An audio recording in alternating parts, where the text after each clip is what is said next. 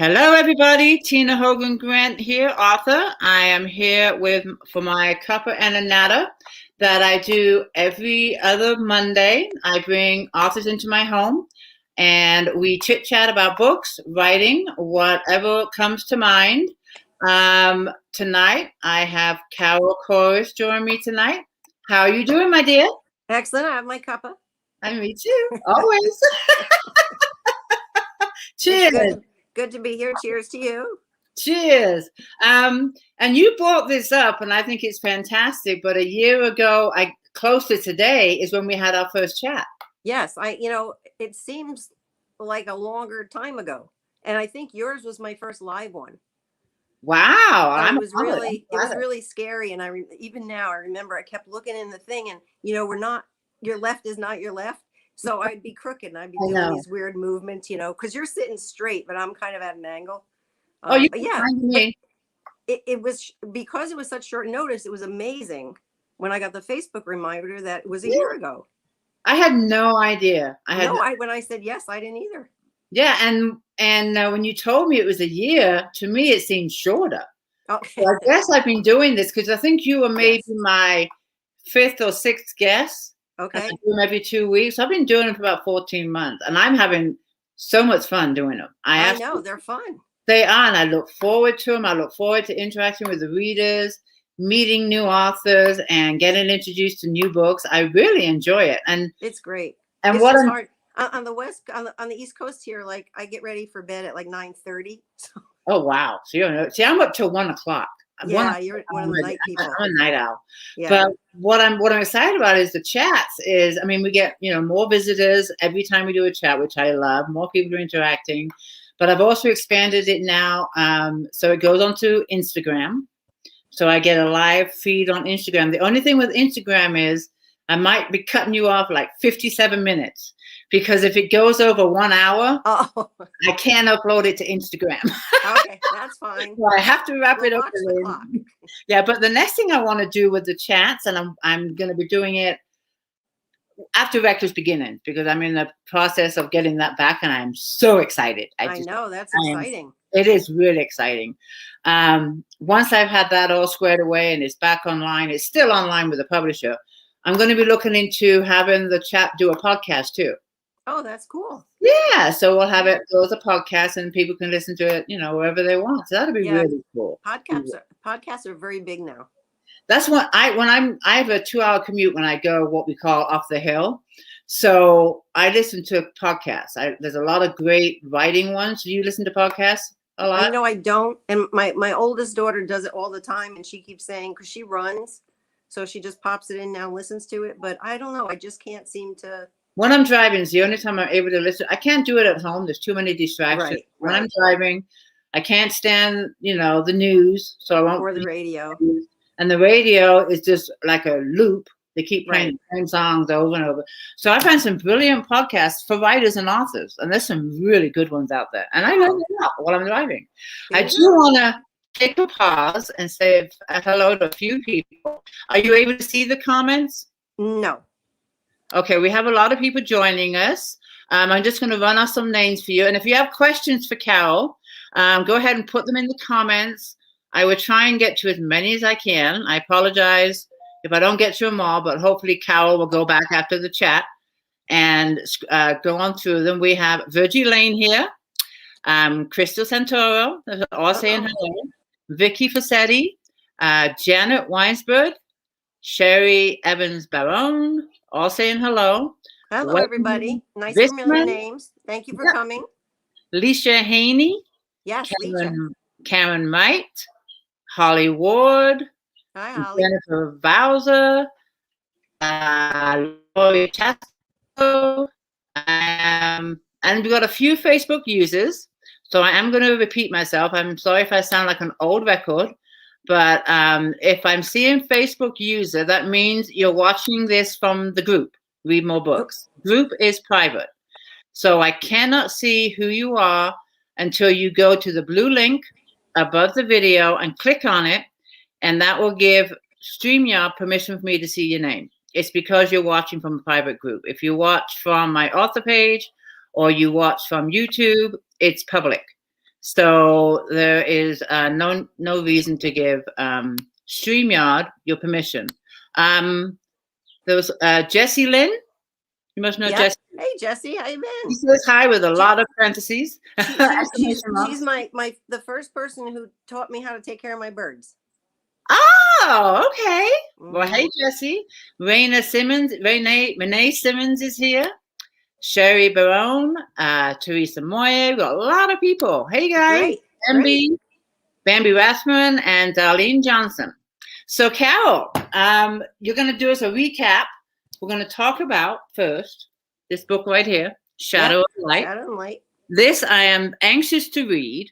I have heard nothing but good things about this book. I know it's been really great. It's really fantastic reviews. And it's every time I read one, I get excited. So sometimes I post them and like I even apologize. Yeah, I do it. I do it. I mean, it gives you momentum. It lets other readers know. That readers have enjoyed your books. Reviews are important, and they go a long, long way. They do. And I got up to 36 on Amazon. Congratulations! So I'm only 14 away from. Is 50 is like the magic number? They say Amazon, once you reach 50, will start promoting it more, but I don't know if that's a myth or not. I really don't. But you're in Kindle Unlimited too now, correct? Yes, I decided to go ahead and do that. Oh, my book. I was giving so many books away.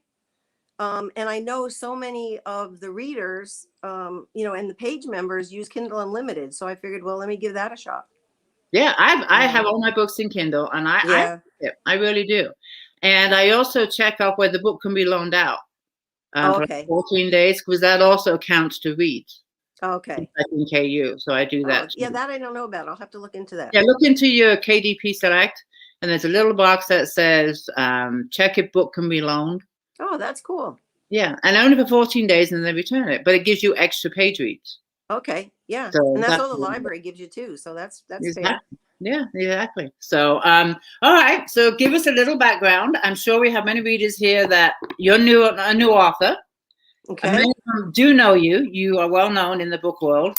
But give us a little background. Can I just say how much I wish that were true? You are well known in the book world. Trust me.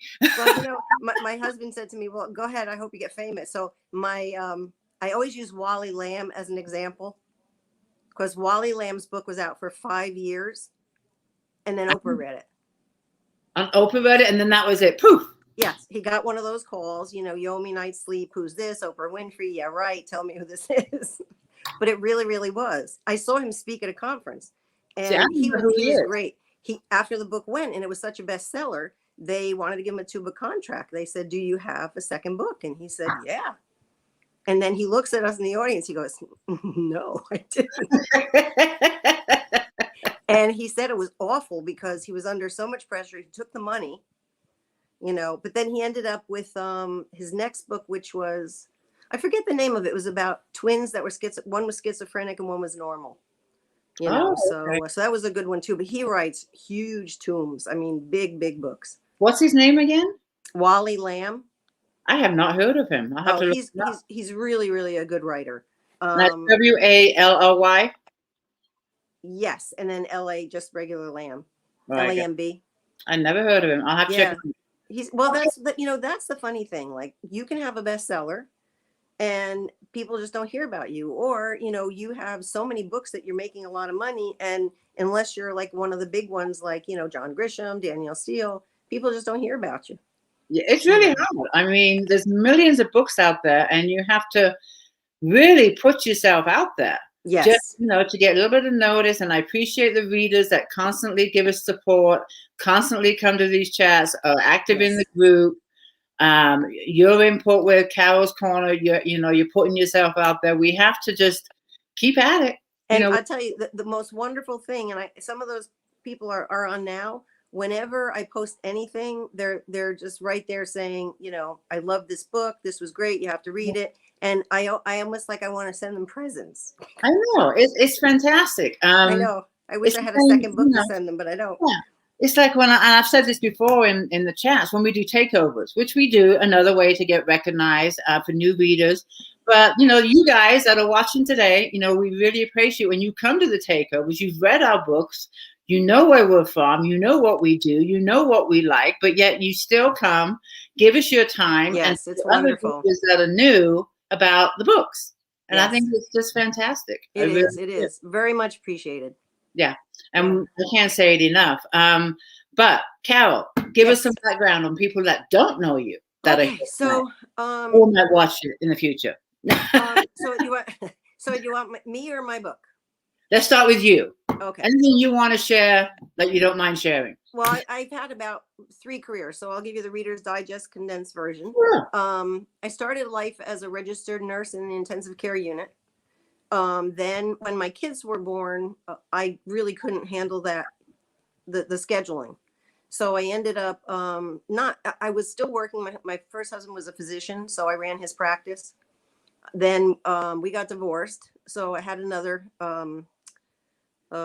career as kind of like a business person. I was doing some bookkeeping, doing stuff like that. And in the meantime, I had 2 stepchildren, and the last one was going off to college. And for some reason, I always wanted to write, but I never believed I could. Because I was bad in grammar. So when I was in, school, I'd get the little red marks, and, like, they don't care what you said. If it wasn't a sentence, they got mad at you. So I gave myself a gift of taking a writing course, and I fell in love with it. And the person that I had happened to have graduated from the program I went to, which was FIU. And she said, there's not much here to offer you, but you really should go down there. So I never ever planned to go and get an MFA, but it was like submerging myself in a world I loved. That's because fantastic. My job became to read and to write. And it was just, and the kids were all in college. There was one time where there were 6 of us in the state school system.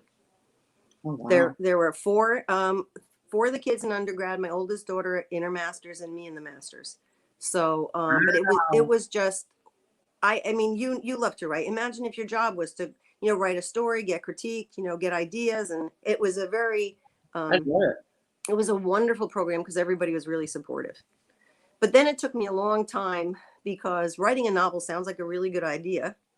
But yeah, getting all the pieces to fit, and when I honed my skill on short stories. So when I started to write the novel, the analogy I would use is I write ponytails. And now you want me to do a French braid. Like, really? Like, how do I get that all in there? And so it really took me a long time. And I loved the research. And you and I have chatted about this. Mm-hmm. So I here's to go back to the beginning. I had a rather tumultuous upbringing. And my mom died when I was 12. And I was never able to write about it because it's too raw. My family really, nobody was really there. I never grieved it well. So with a lot of hubris, is that how you say the word? Hubris means, testicles, balls. Okay. a lot of guts. I decided I'm going to write about the worst thing that could happen to anybody, which is losing a child. Wow. So I kind of got my grief out because I kind of became Maggie. And so while I was a motherless child, she became a childless mother. Wow. And there's even a part in the book where she only has one child, and if the child's gone, she's still a mother. So that was all fine and dandy. And luckily I had an advisor who taught me, and I was cranky. I went kicking and screaming. He said to me, you need something to pull it through. You need a mystery. I need a mystery. Everybody doesn't need a mystery. I was, because, what does he know? And there was this book called One True Thing, which has always been one of my favorite books. It was Anna Quinlan. Oh, I love her. What's that? I like her. Well, it was her first really big hit. Well, I haven't read this one. The basis of the book, like in the memoir class I'm taking, there's the she calls it skywriting. Like, this is what you're writing, but this is really what you're writing. So Anna Quinlan writes this book about, she's very different from her mother, and her mother is dying of cancer, and she comes home to take care of her, but she's just like her father. Her mother is like, Betty Crocker, she takes care of the house, she sews curtains, and this woman isn't like that. So the whole book is about their relationship, But I'll be darned if he wasn't right that it starts with a mystery. Somebody is being accused of her mother's murder. And every book I picked out, I was like, well, darn. So now you had to put a mystery in this one. And, you know, I didn't mean for it to be such a big mystery. Like, I'm really surprised when people say, oh, it's a page turner, can't put it down. You know, I just started writing in the way the muse works. She's sitting at the toll plazas because she's all depressed. Like, I mean, you lose your only kid. You don't want to do anything. What do you care? And she has an assistant for her job. So she's just in there and she starts to take pictures and pictures. And then she realizes she's taking pictures of family. She's taking pictures of little kids. And she can watch them anonymously because she doesn't get out of her car. So she watches all this stuff. And then one day she sees a picture in the paper of a child who's been abducted. And that starts it. And I think what happened to me was, in order to keep Maggie going, who's my main character, how do you get a woman who just lost her child out of the house? So I really had to up the stakes.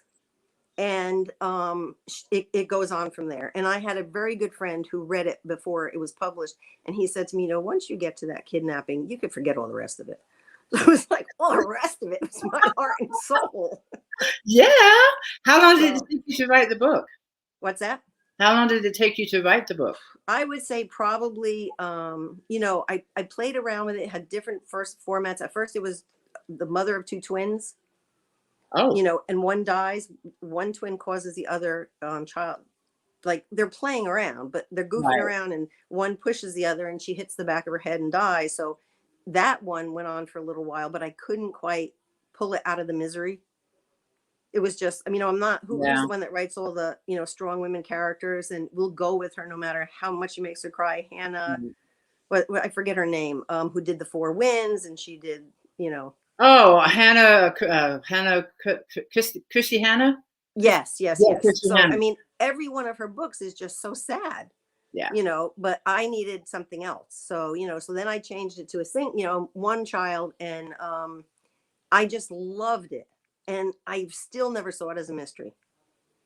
Well, I'm anxious to read it. I really am. It obviously is, because some people just say, the people who have had loss in their life, and that's what resonates to them, you know, like what it really feels like, you know. So that is good. And Bambi, who I believe is here, wrote a great review about all the metaphors. Oh, I have to read your review and check it out. I mean, the reviews you're getting is great. And people here in the comments are saying, love this book. Someone is saying, yep. Karen says it sounds awesome. Karen, right? If you have questions for Carol, be sure to leave them in the comments. I'm going to do some scrolling real quick. Oh, look at this, Tina. I'm starting my first book. Is exciting and terrifying at the same time. So Tina is writing her first book. It's definitely terrifying at this, and it to me, it never becomes terrifying. As soon as I know somebody's reading my book, I get anxious. Yeah, because I'm like, oh, what will they think? So yeah, good luck, Tina. Yeah, and no matter how many books, I mean, I'm on book 7, I think. I know that series just keeps calling you. It does, but anyways, I'm getting ready for Jill to be taken to be given to the reviewers, and each time I give them a book, it's like, you know, I got to wait now for the feedback. And you would think that each time you produce a book or write a book that it gets easier. It does not. And I'm on eggshells until I, you know, hear back from the readers. But until then, it's like, okay. And even then, like, I say to myself, well, maybe they're just being nice, you know. And somebody says, no, I really liked it. I'm like, okay, like, you know. No, I have to believe what they say, because we ask for an honest review. So I go with what they say. The only thing, this is my personal thing. My rule of thumb is, for me, when I leave reviews, if it's less than 3 stars, I just don't leave a review. Yes, I agree. And that's my own personal rule, because I, as an author, know how much goes into writing a book. I mean, your heart, your soul, everything goes into writing a book. And for me to tear down someone's work that has been their world is just not me. Right. I figure that not every book is for everybody. And just because I didn't enjoy the book doesn't mean the person next to me will love it. Right. So that's really, really a good point, because many books, they may not be my taste, but that doesn't mean they're not done well. And that's part of what I learned when I was getting my MFA, because, you know, you read all this literature and you read all these stories and people are going, oh, it's great. I was like, yeah, but it just didn't work for Isn't me. it with you? But Right. it doesn't mean it's not good. Exactly. Exactly. Yeah. And, you know, there'll be some books I didn't enjoy, same with movies. Right. But it's got tons of 5-star reviews. It just wasn't something that connected with me. So for me, my rule of thumb is if it's, you know, 1 or 2, I just leave it alone. Right. You know, and if there's something that really bothered me about the book, I will message the author. The author, yeah. Not a nasty note, just, hey, you know, maybe there's a lot of spelling mistakes, or maybe they had. Oh, that's the worst. Yeah, when you have to stop and reread things. Yeah, I have done a couple of times that to a couple of authors like, hey, you know, you got a lot of spelling mistakes in Clean this it up. Yeah. Clean it out, you know, but it's a nice note. It's just, you know, opening her eyes a little bit. I mean, I'll have my book edited and I'll be like, how did I miss that? You know? Oh, isn't it crazy? Yeah, it's just crazy. Mine went to print, and my stepdaughter found I changed the time of year. I don't even know why now. And in one place I had one date, and then another place it was 3 months different. It was already published. Oh, yeah. And she called me and I said, you know, that's worth reprinting it, because that was an awful, awful mistake. And I missed it. Well, and my husband read it, my kids read it, and we just, because we knew, you know, we weren't reading it with a fresh eye. Yeah, exactly. And it's like with Reckless Beginnings that I'm getting back. You know, I've got the files back from the publisher. I can't show the new cover or anything like that until after the 10th, but they have, you know, nicely sent me the files. So I'm going through them, you know, before it gets republished under me. And I'm finding mistakes. I'm like, yes. It's been out for 3 years. I know I worked as a copy editor one time. And I was amazed at the stuff that my mind would fill in the blanks. Right. So I'd have to go over and over. And there were still times where they say, hey, what are you doing? You missed this? Yeah, I mean, there's one part of the book where I named the hotel one name, and then 2 chapters later, it's got another name. A different name. Then. And this went through an editor at my publisher. That's funny. Yeah, and I was like, good Lord. And this means I haven't read this book, Reckless Beginnings, in, you know, a couple of years. Yeah. You know, so I'm reading it all again. And, you know, it was my debut novel. So it's kind of, you know, also has a special place close to me. But because I haven't read it in so long, I found myself, you know, going back to that time, which wasn't a good time. Yes. And it's like, oh, Lord. It was hard. Was it hard? It was really hard. I'm like, wow, okay. Wow. Shadow of Light. Now, I hear this rumor going around the book community that you're writing again. Oh, I thought you were going to say it got an offer for a movie. I heard that too. Wouldn't that be nice? No, and Oprah hasn't read it either. So, but I have heard that you are writing again. You know, I am. It was a difficult time because we went on a few trips, and I've had some health issues with serious pain, back pain. You know, now I'm considering getting my knee replaced. So it's really hard to be creative. And you know how sometimes the stars just align? Mm-hmm. So I just saw this for a writing course, a memoir, because I think a lot of, and your books are based on your life. Mm-hmm. I think not the steamy romance. Let's no. Well, you don't have to admit to those. So it's 3 of them are. But I need help with it because so much of it is large and painful. Yeah. So, you know, it was one of these things where I was like, I'm just going to go listen to this, you know, it was like not an ad, but like a free master class for an hour. Okay. I see myself now. God knows what I look like when I can't see myself. So everybody will have to excuse me for fixing my shirt. So when I saw when she talked about it, it really resonated. And then I was like, you know, but if I get my knee done, I'll be out for a couple of weeks. So I won't. And you know how like you walk away, you come back, you walk away. But then she said the most important thing. It's right now, because she's trying to get it off the ground. It's a lifetime membership, which means it's 12 weeks, but I can take as long as I want. And she said she has people who are going through the 12 weeks for the third time. She said, I don't know why. but if that's what you want to do, that's what you can do. Do it. I mean, I've been to a few classes and they last my life. And right. I do. So well, and what I like about it is I don't have to. I'm one of these note takers. I constantly take notes. I have to remember everything. And now I could just go back to the pages. Yeah. But I'm only still. This was 3 weeks ago, and I'm only still on week 1. So a chapter. Is it a video like a webinar, or it's some of everything. So she sends you in your email a chapter a week. Okay. And then if you're ready for it, you do it. And then when I did it the first time, I missed 3 of the exercises, and I don't know how. I was having trouble with my computer. What's that? At least you can go back. Yes, because I saw people responding about one of the exercises, and I was like, well, I didn't have that exercise. And sure enough, I did. I just somehow missed it. So I really like the fact that I know you're supposed to sit down every day, but life intervenes. It was that's what I do. Actually I've been flaking off for the past couple of days because of Reckless Beginnings coming back. So right. But when I was writing the novel, I really wrote a lot, and I loved it. Like, it wasn't a matter of you could always tell when I had a problem with what to do. Like, how am I going to solve this? How am I going to do that? And I always wanted to be true and honest. Like, I didn't want, like, I've read those books where it's the end of the book and, oh my God, it was the Aunt Tilly who I hadn't seen in 20 years. Like, that's just not fair. Those are the times where I get out of the chair. And it's like, gee, I think I should go make some muffins. Anything but right. So this time I'm giving myself the permission to go slow. And it's what I'm happy about is, even if it's not quantity, it's definitely productive. There you because go. I'm finding a way to deal with some of the painful stuff without it being all about me, if that's possible. Right. Like you moved away and gave your characters different names. I did. And I gave the towns different names. And that was, there's a few reasons behind that. And the main reason is because he's called Stephen in the book. And it's because of him. I just didn't, that's the main reason.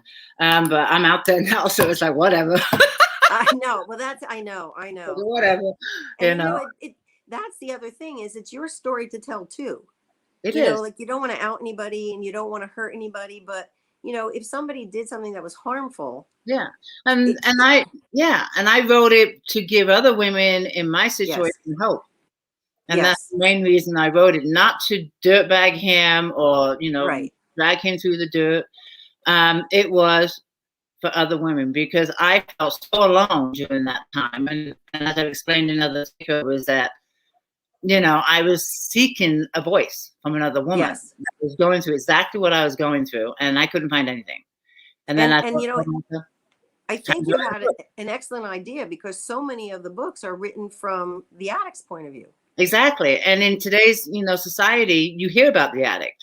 Right. That's all you hear about and what they need to do to clean up. And you don't hear about the person or the family. It doesn't have to be the wife or the girlfriend. It could be the father, the son, it could be the mother, anyone that's affected by a person doing drugs. And that in the book reaches out to those people that, you have choices. You don't have to settle. Right. And I just needed to get that message out there, and I've got, meetings for Al-Anon and places like that. Yeah, I went to Al-Anon because of my father. Yeah, which was great. In the beginning, it was scary, because you don't even want to admit you need to be there. I cried the whole way home. The first, because I also married an alcoholic. So talk about outing people. So you can relate, see, and it doesn't have to be the heroin, which is what Stephen in the book did. It could be any kind of addiction, and I want to get to some questions. We've got a few questions here. Here's one from Jennifer. Hi, Jennifer. Yay! Who could you see playing your main character in a movie? I guess for this book right here. Yes. Right. And Maggie is the main character, right? What's that? Maggie is the main character. Maggie is the main character, and I know that when I first had it in my head, I had characters, and I've kind of moved away from it now, because I think she's probably evolved for me too.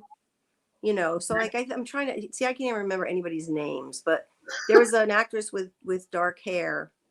Oh, I can't remember. How old is Maggie? I haven't read. How old is Maggie? I've not read. She's about 34, so she's in mid 30s. you know, and she's an artist, she's a photographer, so she's just on, she wants to not just take, she doesn't mean to, you know, she doesn't want to just take pictures of bar mitzvahs and weddings and Right. school photographs, you know, she just wants to take them, and she can't quite make that leap, you know. So she's about 35, and I can picture her, and I can't think of her name. Okay. You know, and you know and any movie that she's in? no, I can't think of anything lately. Okay, then we'll have to have a discussion. Sorry, Jennifer. I get back to you on that one. Here's a question from. She has dark hair and she's very pretty. Okay, sounds like half of Hollywood. Right, that narrows it down for you. Here's a question from Lori. Was there a special teacher who gave you encouragement? Yes, I have to say, while I've been lucky enough to have a lot of really, really good teachers in my writing career, probably the one that I guess there were two.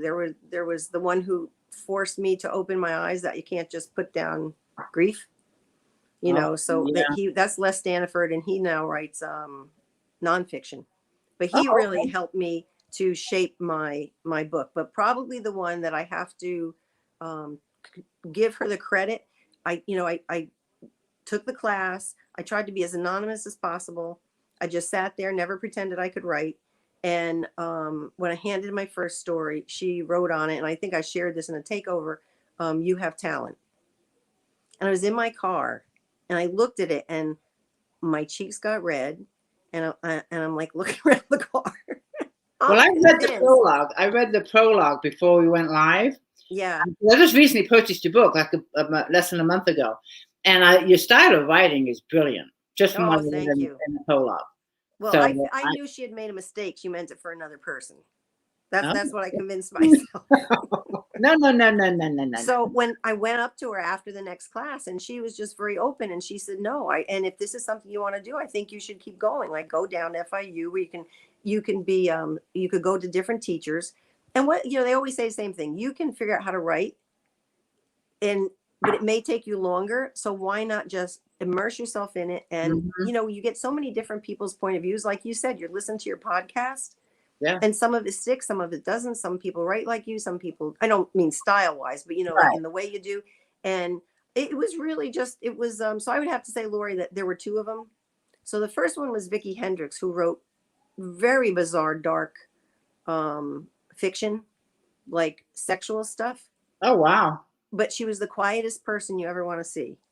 So it was what you would think. When I first read her first short story, I was like, "That's you." You look so innocent. She did. She looked so innocent. So yeah. So I would have to say those two people, because I think I'd still be writing in circles, you know, if Les hadn't said to me, "You need," and it made so much sense, because now when I talk about my book, I say, how is I going to get her out of her misery? And so now the reader goes with her. It was actually, I'm not saying everything has to have a mystery, but it definitely has to have a train to take some kind of plot story through. Something. Yeah. Ready for some more questions? Sure. Okay, we got one here from Bambi. If you could be mentored by a famous author, who would it be? I love some of these questions. You know, he's not here anymore, but I would love to have had taken a class or like, there was somebody on Facebook, and I forgive me for not remembering, but they did a tribute to Pat Conroy. Oh. And it was from one of his mentees, and it was that whole Pat Conroy Society. And Pat Conroy, like, I was just blown away when I read Prince of Tides. I've seen the movie, but I've not read the book. I should read the book. The book is just incredible. And I know his other books are good too, but there was just something about, you know, I guess he is a show don't tell kind of person, you know, like the opposite of, like, if you read Dan Brown. Yeah. You know, oh, I'm so scared. I'm going to run down the block now. You know, like, he just tells the reader everything instead of letting you, you know. And Pat Conroy, just when I read it, I was like, oh my God, like, this is incredible writing. Yeah, you should show the story. I mean, yes. Show the story, not tell the story. Right. And then you want the reader to respond because of your writing, not because you just told them they should be scared. Exactly. By body language, feelings, emotions. Right. And I should have Dan Brown's money, so it's not like I'm throwing him under the bus, because he does tell good stories. I just think his writing is a little, but he does tell good stories, obviously. Here's a comment you'll like. You'll like this comment. Just downloaded Carol's book. Can't wait. Oh, how nice. Thank you, Sherry. There you go. Excellent. Excellent. And then maybe I can get to 50 reviews. Yay. Yay.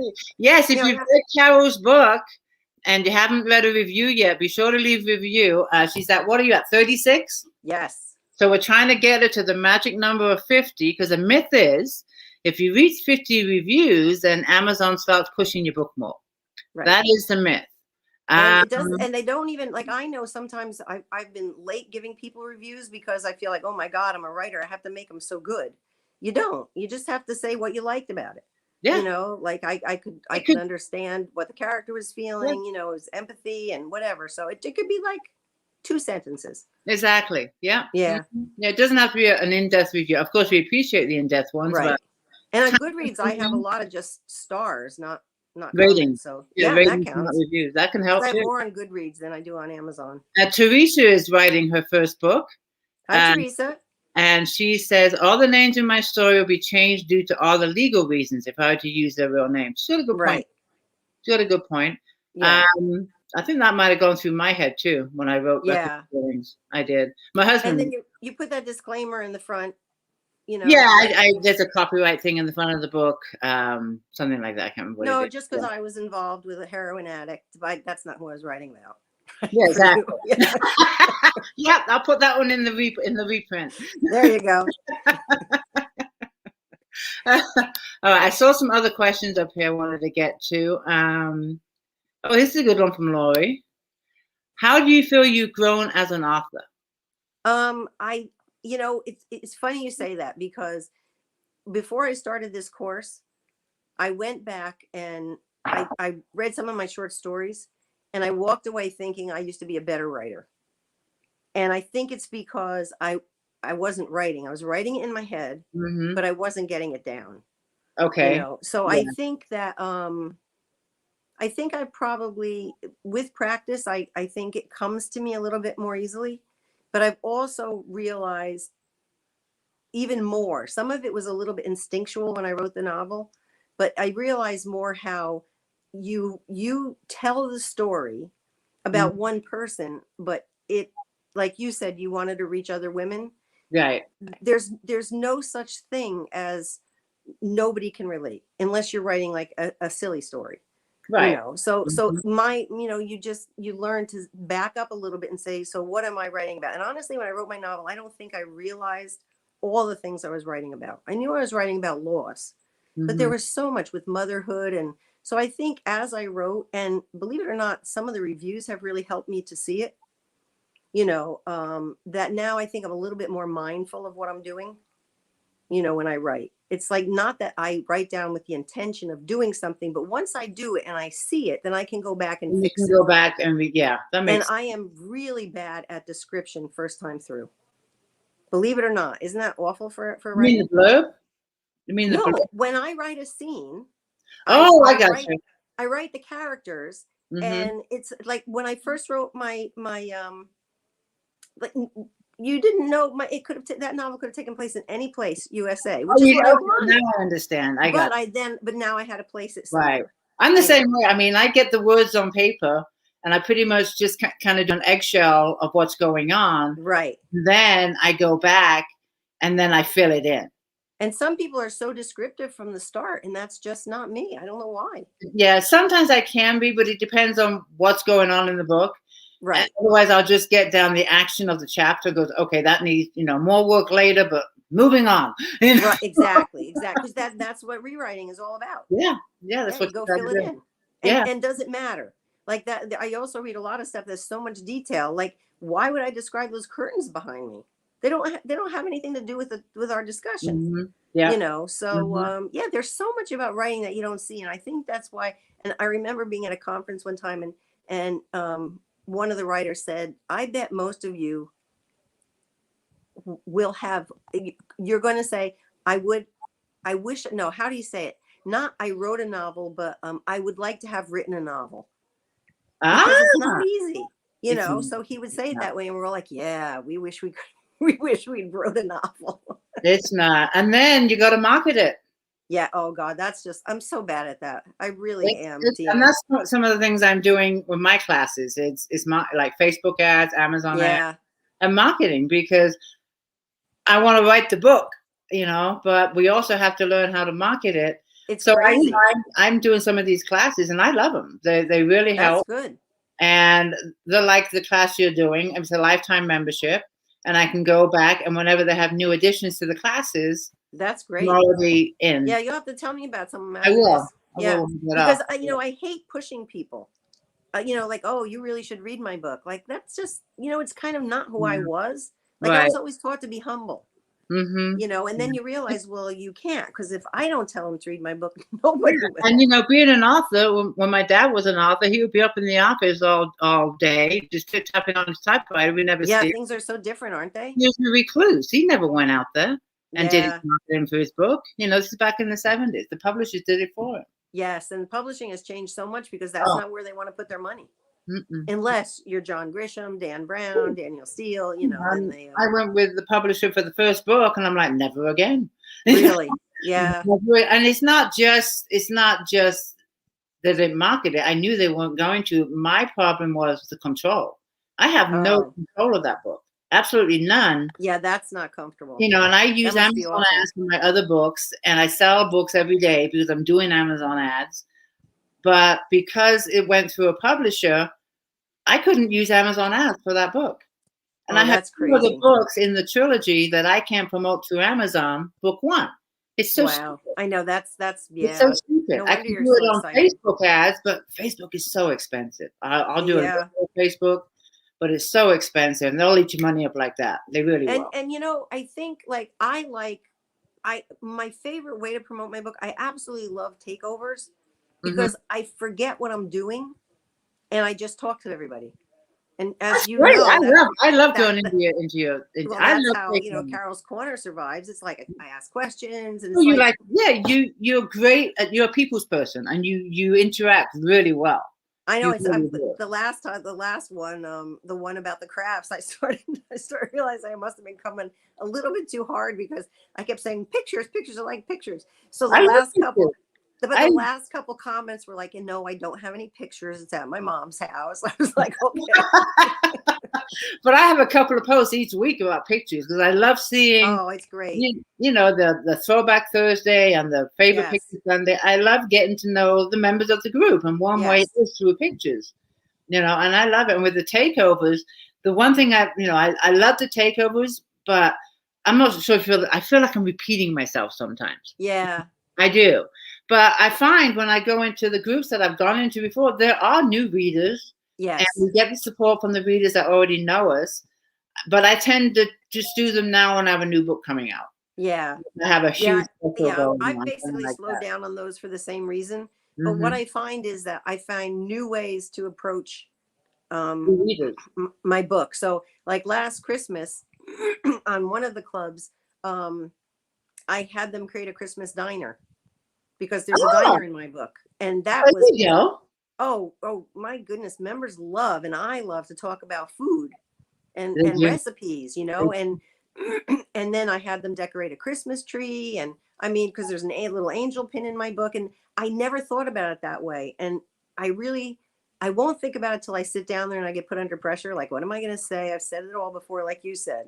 And then I start to realize how many elements there are in my book. Like, the diner isn't giant in the book, but there is one. But there is one, and you can emphasize on that and expand that. And that's what I did with the reunions. I took little bits and pieces of the reunions, like Ilkley Island, places like that, and expanded on those little parts of the book. So it's fun to do that. We got a lot of questions. Let me see. Okay, here's one from Leisha. Are you reading the book right now? And if you are, what is it? I am. And actually, I finished it, but I want to go back and read the ending. It is called Betty, a Novel. And as an author, I'm going to be really embarrassed. I don't know this woman's name, so I will look it up. It is probably one of the most beautiful books I've ever read for the writing. Really? But there are some, as a disclaimer, there are some tough subjects in there. There's well, I won't even say what they are because it'll ruin the book. But I'm telling, and I will. The next time you look for a question, I'm going to pull up my Kindle, Okay. and I'll get her name because that's not very nice of me. But I don't remember authors' names. Look at I'm me. terrible at names, whether it be like you, movie actors. Okay, here's a good one from Jennifer. I'm going to put it up while you're looking, and I'll read it out while you're looking. Okay. What is your advice on becoming a writer? My 17-year-old Sam is in the middle of writing a book right now and would love any advice. Wow. Wow. Kate, Is that right? Jennifer, is that the one that's had all the ankle problems? I think the youngest one was the one that had the surgery. Cage is, I believe, it's correct us if I'm wrong, but I believe Cage is the eldest. Okay. That is fantastic. 17 years old and writing his first book. That's amazing. Yeah. And I would really say because and everybody does it differently. So you might have different advice, Jennifer, but I would find a writing group or a writing teachers can be really, really helpful. You know, one of the ways I had two professors I really liked when I was in school. One was a really good writer, but he didn't know how the heck you did it. Okay. So he could not help me because he just wrote. And, okay, well, I don't know. But the other one, actually, he stopped writing for a while and he moved his whole family out west to take a screenwriting class. And there's where he found plot. Oh, there you go. Yeah. So he was the one that, so I think, and there's a really good book, Jennifer, I'll send you the name of it. It's a fiction writing book that was like the Bible when I was in school. And actually, I met the author of it, and I had it like all those little Post-it notes on it, and I made her day because she said, "Oh my God, you like that many parts of my book?" I go, "Yes, I do." But it breaks it down to character, and all of the main. I never knew there were elements to fiction. There's so much. There's so much. Really so yeah, so there. I would definitely read books like that. You can go and be lucky and just write a novel that works, but right. I know it's hard. It's hard to get it right, and when you get it right, it looks so easy. Yeah, and what I found too when I started writing is I read differently. I now read between the lines. I don't just read the story. I actually read, like if something captures my attention, like it's a paragraph or even a whole chapter, I'll reread it and ask myself, why did I like this chapter so much? Or why did I like this paragraph so much? And you read between the lines and actually decipher what the author is trying to tell you. It's a really different way of reading. And I have a book about that too.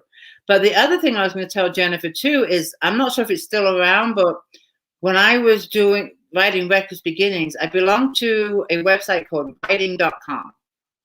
And I absolutely love this website. And it's for beginners writing. And they have a little contest. They have all kinds of information.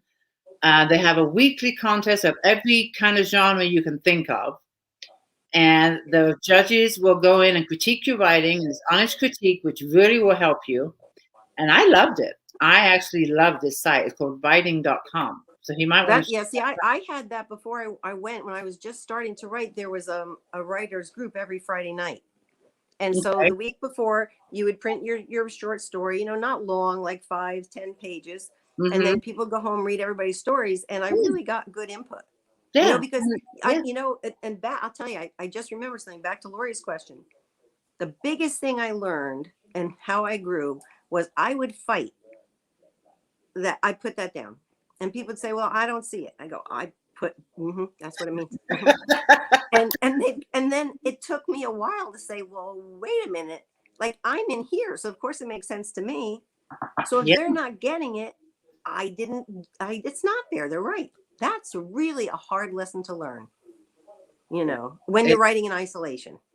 It is. It is. You're right. It really is.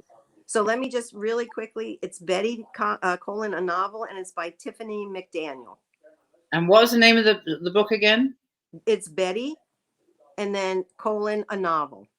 Oh, okay. I'm telling you, I walk away and just say, if I could write like that. What was her last name again? McDaniel. I'm gonna look it up. I've heard of this. I think I've heard of it. I'll check it out. I will. Yeah, my oldest daughter is a voracious reader. And so she reads a couple books a week. And then like she'll say, what are you reading? And maybe I'll be reading, something from a Facebook author she hasn't heard of. And then she'll say, well, read this one because I want to talk to you about it. So but that one it was just like, oh my God. And I read it slowly. Okay. Because some of the passages were just, the way she thought to show and it's beautiful. I'll check it out. I want to pop up a couple of comments about your book that people are saying. Here's one. I lost my niece when she was 16. This story felt so real to me. The emotion was real. Oh, thank you. That makes me feel good. Yeah, I wanted to put these up to just show you how you are, touching people and reaching. And sometimes when people tell me that they've lost somebody, I think, well, who am I to be writing about this? Well, some people yeah. Thank you. Thank you for saying it's hard to put down. That's a huge compliment right there. But let me just do some scrolling. I'm looking at the time, and these hours go by so quick. I'm chatty. Yeah, and we could chat all night long, but we still have a few more minutes. I was just telling Carol before we went live that I now put the video on Instagram, but if the video goes over 1 hour, even 1 second, I cannot put the whole hour on Instagram. And then you lose it all. I lose it all. So I have to cut us off at like 57 minutes before I would go over the hour, and I didn't care. And, No, I remember a year ago. An hour and a half, but Instagram has their rules. Okay, here's one from Teresa again. The lady, she's writing her book. I'm just beginning to the author's journey, so I'm learning how hard it is to get noticed. I'm not published yet, but this month I begin the edits and rewrites. Her journey has begun. Yes, it has. And then you get so excited because it's published. And then it's like, well, who knows? Your family knows, your friends know, but then, And beyond that is where the journey right. Is getting it out there.